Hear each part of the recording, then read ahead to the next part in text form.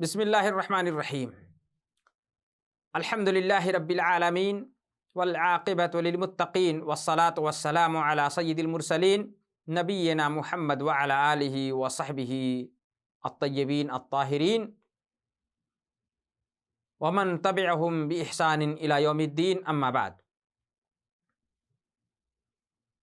आदरणीय दर्शक तथा श्रोता मित्र, प्रिय भाइयों और बहनों,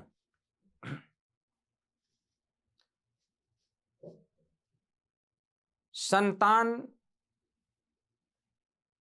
की अच्छी शिक्षा तथा उसे अच्छा संस्कार देना, संस्कार अपनी संतान को अच्छा संस्कार देना, ये इस्लाम का आदेश है। स्वयं अच्छा करना और अपनी संतान को भी, चाहे वो बेटा हो या बेटी हो, अच्छा संस्कार देना, इसका आदेश इस्लाम में है। और उसके विधि विधान में से जो अच्छे संस्कार देने के नियम हैं, उसमें से एक नियम ये भी है कि अपनी संतान के साथ कभी हंसी मजाक में भी झूठ ना बोलना। अपनी संतान के साथ झूठ ना बोलना,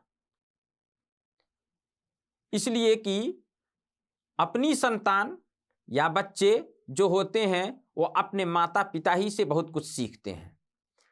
अगर ये कहा जाए कि अपनी प्राथमिक शिक्षा संस्कार जो वो लेते हैं वो मात्र अपने माता पिता ही से लेते हैं, तो ये भी कोई गलत ना होगा।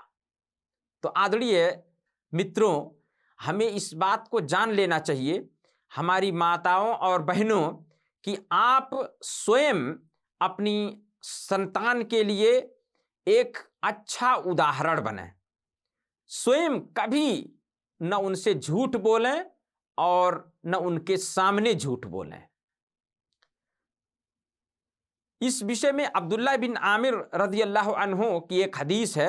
वो कहते हैं कि दाअतनी उम्मी यौमन व रसूलुल्लाह सल्लल्लाहु अलैहि वसल्लम काइदुन फी बैतिना। वो कहते हैं कि मेरी माता ने मुझे एक दिन बुलाया और प्यारे नबी पैगंबर सल्लल्लाहु अलैहि वसल्लम भी हमारे घर में बैठे हुए थे। तो उन्होंने क्या कह करके पुकारा, उन्होंने कह के बुलाया कि हा ताल उतीक, आओ मैं तुम्हें कुछ देती हूँ, आओ मैं तुम्हें कुछ देती हूँ। अल्लाह के पैगंबर रसूल मोहम्मद सल्लल्लाहु अलैहि वसल्लम उनके घर ही में थे। उन्होंने सुना और देखा भी इसको। तो आपने उनसे प्रश्न किया, यानी अब्दुल्ला की माता से प्रश्न किया, कहा कि माँ अरत्ती अंतुतिया, कि तुम अपने बेटे अब्दुल्ला को कह रही कि आओ मैं तुम्हें कुछ देती हूँ, और क्या सच में कुछ दे दोगी, और क्या देने का इरादा रखती हो, या क्या है जो उसको दोगी। तो उन्होंने कहा कि उतियहु तमरा, कि मैं उसे खजूर दूंगी। अल्लाह के रसूल सल्लल्लाहु अलैहि वसल्लम ने यहाँ सचेत करते हुए फिर कहा कि अमा इन्नकी लौ लम तुअतियहु शैअन कुतिबत अलैके किज़्बा। तो ठीक है, अगर सच में उसको बुला रही हो और कह रही हो कि मैं आओ मैं तुम्हें कुछ देती हूँ, और सच में उसे खजूर दोगी, तब तो कोई बात नहीं है। लेकिन अगर तुम उसे यूं ही बुलाती और कुछ ना देती, तो तुम्हारे ऊपर एक झूठ लिखा जाता। यानी अपनी संतान के लिए भी, अपनी संतान से भी झूठ बोलना, या उसको फुसलाने के लिए या किसी भी प्रकार, तो ये झूठ होगा, और उस पर व्यक्ति या माता हो या पिता हो, ये पापी होंगे।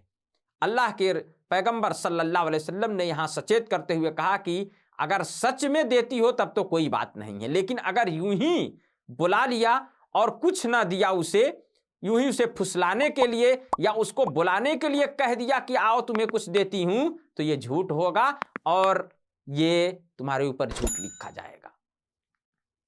ये अबू दाऊद की हदीस है। तो आदरणीय मेरे मित्र, माताओं और बहनों, दोस्तों और भाइयों, अपनी संतान और अपने बच्चों को अच्छा संस्कार हम कब दे सकते हैं? जब हम स्वयं ऐसी बातों से बचेंगे। नहीं तो अपनी संतान को अगर आप एक बार झूठ बोला, उसको बुला लिया, आपने बुलाने के लिए कहा कि ये चीज दूंगी और फिर नहीं दिया, तो उसके भी दिमाग में ये बात बैठ जाएगी कि झूठ किसी को भी ऐसे दूसरे के साथ ऐसे कर सकते हैं, वो दूसरे के साथ यही व्यवहार करेगा और नहीं देगा, और फिर वो आहिस्ता आहिस्ता इस चीज को झूठ नहीं समझेगा और उसके लिए झूठ कोई गुनाह और कोई पाप नहीं रह जाएगा। तो सबसे पहले माता पिता को अपनी संतान को जो अच्छा संस्कार देने का नियम है, उसमें से एक ये है कि वो कभी भी उनके सामने ना झूठ बोले, ना उनसे झूठ बोले। अगर कहे कि आओ तुम्हें कुछ देता हूं या कुछ देती हूं तो दे, अगर नहीं देना हो तो इस चीज को फुसलाने के लिए ये शब्द इस्तेमाल और प्रयोग में न लाए और उसको यूं ही न बुलाए। इसी प्रकार उन्हीं नियमों में से जो अच्छे संस्कार और अच्छी शिक्षा देने के नियमों में से है, वो ये भी है कि अपने बच्चों को जायज जो खेल कूद हैं उसमें उसको खेल कूद की अनुमति देना, या स्वयं कभी कभी उनके साथ खेलना, जायज खेल उनको अनुमति देना। ये भी इतना चाप करके अपने बच्चों को नहीं रखना कि जिससे वो बुराई की तरफ निकल जाए। तो ज्यादा दबाना भी ये उसके लिए मुश्किल होगा। जब जायज है खेल खेलना वो, तो वो खेल खेलने के लिए उसे भी अनुमति देना चाहिए और उस पर झूठ का बोझ नहीं डालना चाहिए। झूठ में उसके ऊपर शिकंजा नहीं कसना चाहिए, इतनी छूट उसको देनी चाहिए। और खेल और कूद जायज है। कुछ खेल हैं ऐसे खेल जो खेलना कूदना बच्चों के लिए उनके स्वभाव में अल्लाह ने रखा है, तो ये उनको चाहिए ही चाहिए। हाँ, कौन जायज कौन नाजायज खेल है, इसका निर्णय आप बड़े हैं, आप करते हैं, माता पिता करते हैं। तो उनको ये बताना कि ये खेल नाजायज है, ये खेल जायज है, ये खेल खेल सकते हो, जाओ खेलो कूदो, खुशियां मनाओ। अल्लाह ताला ने यूसुफ अलैहिस्सलाम के भाइयों का वर्णन जो कुरान में किया है, उसमें कि जब उनके भाई यूसुफ अलैहिस्सलाम के पिता याकूब अलैहिस्सलाम से जाकर के कहते हैं कि अरसिल हो माना गदन यरता व यलअब व इन्ना लहु लहाफिजून। सूरह यूसुफ आयत नंबर 12। उन लोगों ने जाकर के क्या कहा, जो भी उन्होंने षड्यंत्र किया था अपने भाई यूसुफ के विषय में, अपने भाई यूसुफ के लिए जो षड्यंत्र रचा था उन लोगों ने, उस षड्यंत्र को पूरा करने के लिए उन लोगों ने याकूब अलैहिस्सलाम से जाके कहा कि यूसुफ अलैहिस्सलाम को आप हमारे साथ भेज दीजिए। पिता से अपने कहा कि आप हमारे साथ उनको भेज दीजिए और यूसुफ चलेंगे हम लोगों के साथ, यहां रह करके सिर्फ क्या करेंगे, और चलेंगे हम लोगों के साथ, वहां खुशी मनाएंगे, खेलेंगे कूदेंगे, जंगल में चलेंगे और वहीं पे साथ साथ में सब लोग रहेंगे। व इन्ना लहु लहाफिजून, और हम जो है यूसुफ की रक्षा के जिम्मेवार हैं। यूसुफ को कोई भेड़िया कोई कुछ भी नहीं खाएगा, हम लोग उसकी सुरक्षा करेंगे, उसके जिम्मेवार हमें, हम लोगों के साथ जाने दीजिए। तो किस लिए? खेलने के लिए, खुशी मनाने के लिए उनको, इसलिए कि बच्चे की स्वभाव में है ये चीज, तो हम इससे उसको हर चीज से मना कर देंगे तो ये भी गलत होगा। अच्छा संस्कार उसको अच्छा संस्कार हम नहीं दे पाएंगे। इसी प्रकार आयशा रज़ियल्लाहु ताला अन्हा का वर्णन है, वो भी कहती हैं कि रअयतु रसूलुल्लाह सल्लल्लाहु अलैहि वसल्लम अला बाबि हुजरती, मैंने अल्लाह के पैगंबर सल्लल्लाहु अलैहि वसल्लम को अपने कमरे के, अपने घर के दरवाजे पर देखा। वल हबशा यलअबून फिल मस्जिद, और कुछ हबशी लोग जो मस्जिद में खेल कूद कर रहे थे। तो कहती है कि मैंने देखा कि अल्लाह के रसूल सल्लल्लाहु अलैहि वसल्लम मेरे कमरे के दरवाजे पर खड़े हो गए और मुझे छिपा रहे थे, और मैं उनके आड़ में हो करके उन खेलने वालों के खेल को देख रही थी। उनको मैं देख रही थी, और किसके आड़ में? नबी सल्लल्लाहु अलैहि वसल्लम की आड़ में। तो इसका, और ये हदीस भी बुखारी की हदीस है। तो मित्रों, इस बात से भाइयों, ये इस बात से पता चलता है कि खेल कूद जो जायज है उसको खेलने से बच्चे को, अपनी संतान को रोकना भी नहीं चाहिए कि वो अपने माता पिता का बेकार तौर पर, वो अपने माता पिता की तरफ से एक जकड़न महसूस करे, तो ये भी अच्छा संस्कार नहीं हो पाए, मिल पाएगा उसे। और इसी प्रकार सबसे महान जो साधन है अपने बच्चों को अच्छा संस्कार देने का, उन्हें अच्छी शिक्षा देने की, वो ये है कि माता पिता स्वयं क्या हो, वो उनके लिए एक अच्छा उदाहरण बने, एक अच्छा उदाहरण बने। खुद ना झूठ बोलें, ना उसको झूठ बोलने, अगर कभी बच्चा गलती से भी झूठ बोले तो उस पे उसको समझाएं कि ये झूठ बहुत बड़ा गुनाह है, और स्वयं अगर झूठ बोलें और बच्चे को समझाएं कि झूठ बोलना बहुत बड़ा पाप है, गुनाह है, तो जरा आप खुद सोच सकते हैं कि बच्चे पर इसका क्या प्रभाव पड़ेगा, वो क्या सोचेगा। पिताजी स्वयं कहते हैं, कोई आता है बुलाने तो कहते हैं कि घर में है, और कह दो जाकर के कि नहीं है, तो बच्चे के ऊपर कि झूठ ही तो है, तो वो यहीं से सीखता है। तो ऐसा कभी बच्चे के साथ ना करें। इसी प्रकार अपनी संतान की शिक्षा और उसको अच्छा संस्कार देने के नियमों में से एक ये भी है, जो अल्लाह के रसूल सल्लल्लाहु अलैहि वसल्लम ने सिखाया, अल्लाह ने आदेश दिया है, वो ये कि अपने संतान के बीच अनिवार्य रूप से न्याय करें। ये नहीं है कि बेटा है तो उसको खूब प्यार, और बेटी है तो उसको सबसे नीच, उसके ऊपर हमेशा गुस्सा ही रहे। नहीं, उससे बेटी से कोई गलती हो जाए तो उस पे चढ़ बैठे, बेटे से गलती हो जाए तो उसके लिए माफ।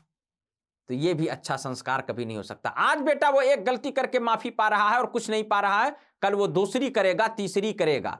या बेटा और बेटी के बीच किसी प्रकार का मतभेद और भेदभाव कभी नहीं होना चाहिए। आज विडंबना है हमारे समाज की, हमारे समाज में इस चीज का ध्यान नहीं दिया जाता, और बेटी को नीच समझा जाता, या बेटी को वो प्यार अपने माता पिता की ओर से नहीं मिल पाता जो वहीं पे उसके भाई को प्यार मिलता है। ये विडंबना है हमारे समाज की, और ये एक कारण होता है, इसका परिणाम ये होता है कि भाई और बहन में एक प्रकार की ईर्खा पैदा होती है, एक प्रकार की शत्रुता मन में, हृदय में जो है जन्म लेती है, और वो दोनों हृदय से एक दूसरे के विरुद्ध हो जाते हैं। और इसी प्रकार किसी अपने 4 बेटों में से किसी एक बेटा को बड़ा प्यार माता पिता देते हैं, 3 बेटों को नहीं, या 2 बेटों को देते हैं, 2 बेटों को नहीं।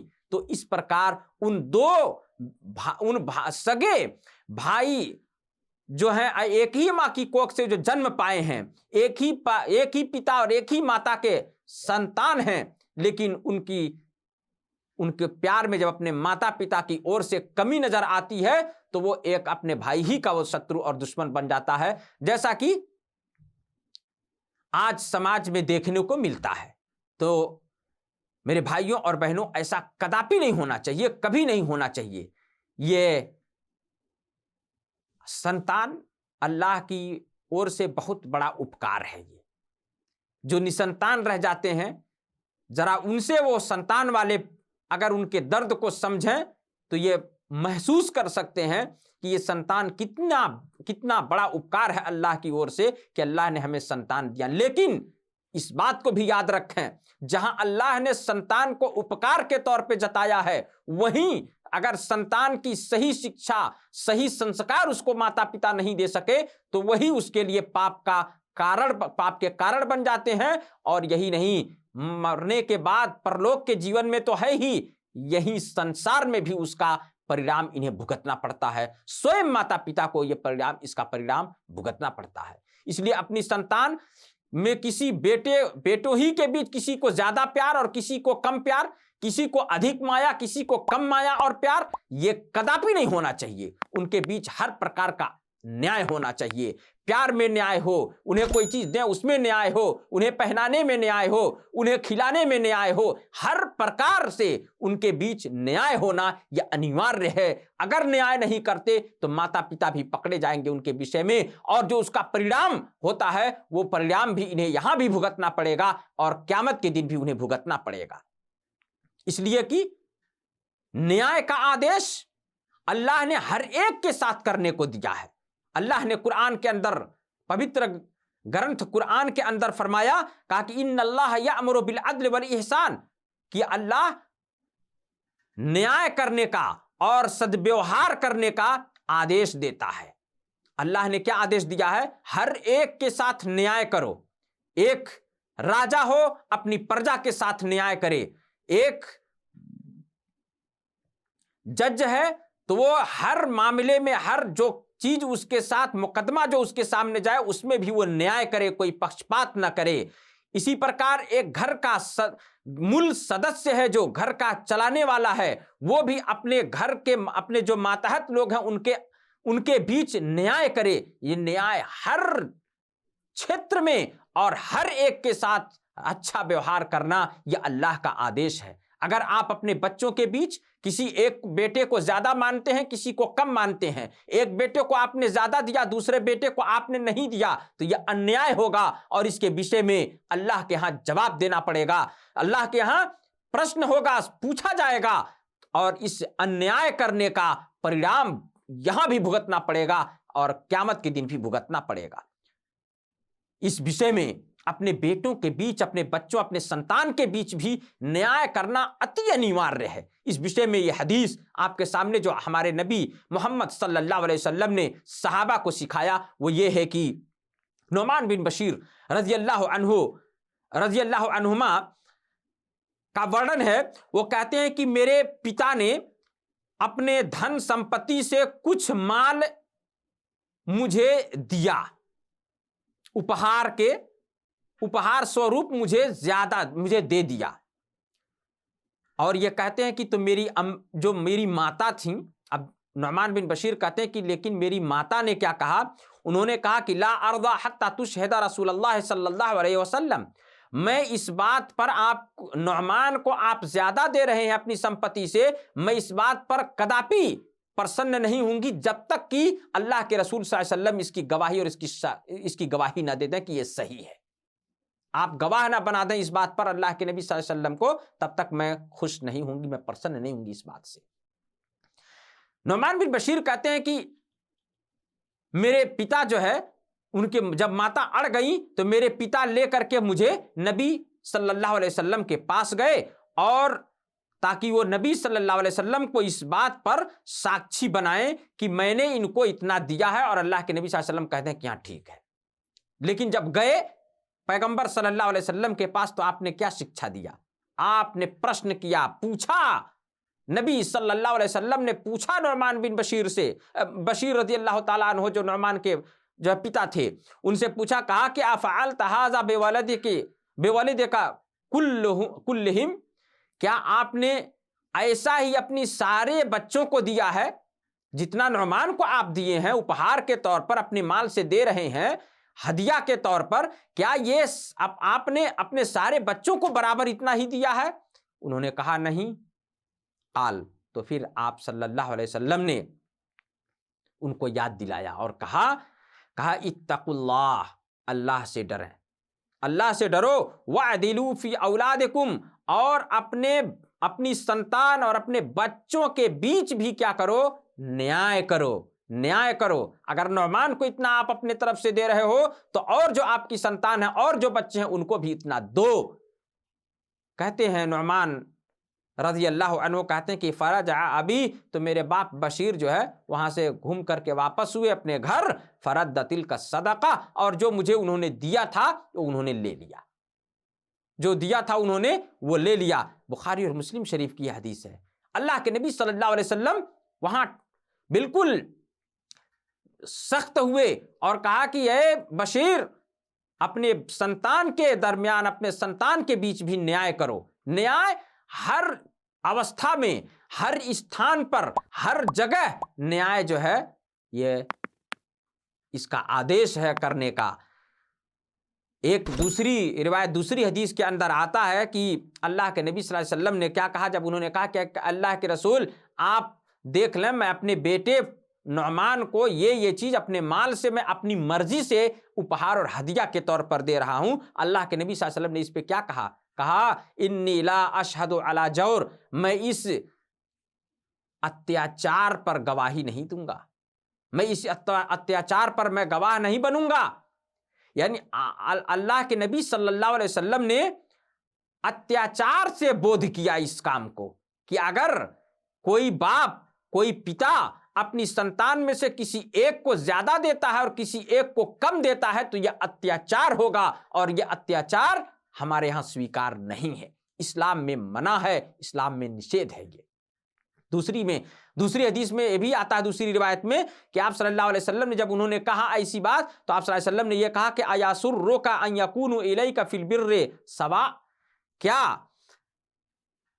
अरे बशीर, क्या आप खुश होंगे इस बात से कि सब आपके साथ नेकी और भलाई करने में बराबर हों? उन्होंने कहा हाँ, यानी आपके साथ जो व्यवहार करें वो अच्छा व्यवहार, सब लोग आपके साथ अच्छा व्यवहार करें, इस बात से आप खुश होते हैं?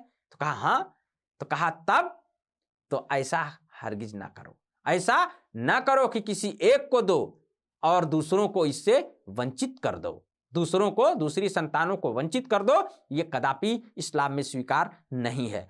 आदरणीय मेरे भाइयों और बहनों, मित्रों, हमें आज जो समाज में देखने को मिलता है, एक पिता अपने बच्चों और अपनी संतान के प्रति शिकायत करता हुआ नजर आता है, और वो इस प्रकार की मेरे बच्चे मेरी बात नहीं मानते, वो इस प्रकार की मेरा फला बच्चा मानता है, थोड़ा मोड़ा देता है, फला नहीं देता है, उसका कहीं ना कहीं, उसमें कहीं ना कहीं कोताही और कमी आपकी है। आपने उसको वो शिक्षा नहीं दी, आपने उसको वो नहीं सिखाया, आपने उसको वो संस्कार नहीं दिए कि अपने माता पिता का सम्मान करे, आपने वो नहीं सिखाया कि हर एक के साथ अच्छा व्यवहार करो, आपने उसे नहीं सिखाया कि हर एक के साथ न्याय करो और अपने माता पिता का आदर और सम्मान करो।